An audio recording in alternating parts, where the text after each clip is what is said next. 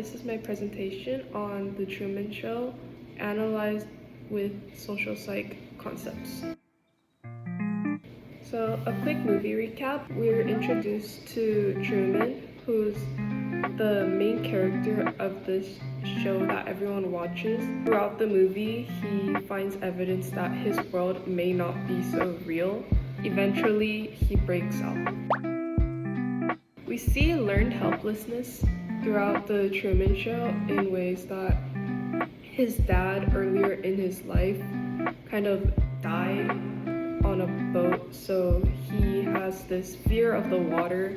It doesn't really escape because his neighborhood is surrounded by a huge body of water. And I think Christoph, the director of this show, did this on purpose, so he has no thoughts of escaping and no thoughts of vacation or anything. This was also apparent in his attempted escape with Meryl when he chose to drive, but the bridge went across water and he couldn't cross it at the time since it was early on in the film. Dispositional attributions are when, let's say there's person A and person B, and we're watching person B as person A.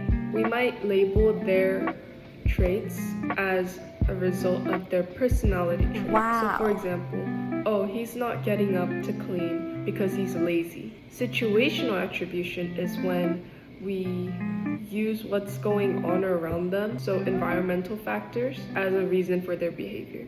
Oh, he's not running today because it's 110 degrees outside. The viewers of this Truman Show fall into this fundamental attribution error when we don't really take into consideration the dispositional and situational attributions.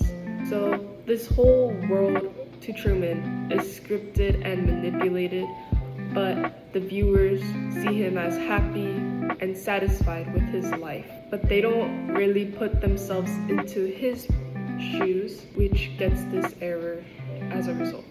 We have normative social influence, and this is basically, we can think of an example as a girl being excluded from a group because she doesn't gossip as much as the other girls. There is this pressure to conform or else we'll be left out. This is apparent in The Truman Show because all around him is just the Sea Haven way, and if he doesn't follow the script, then the characters around him try to get him back on that. For example, they made sure Meryl gets married to Truman, and they have an interaction in college, despite his interest in another girl. Another way is his friend is also actually fake, and his friend tries to get him to not think about that anymore when they're having a deep talk. So basically all the characters are just gaslighting him, saying, oh Truman, you're being silly.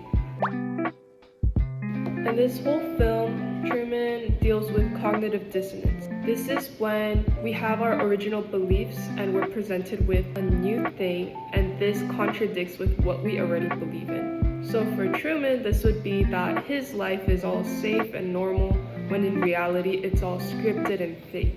So he tries to deal with this cognitive dissonance by either listening to all the people around him and disregarding anything that was abnormal to him in the beginning, or escaping to see what the real world is like, which eventually in the end he does, which leads his to escape and freedom.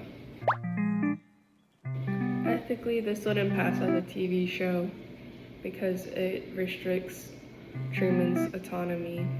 There were a lot of psychological factors that dealt with Truman and his created traumas, and also keeping him restrained and restricted into this fake world by the directors and the actors, which is pretty messed up. Thank you for watching, and in case I don't see ya, good afternoon, good evening, and good night.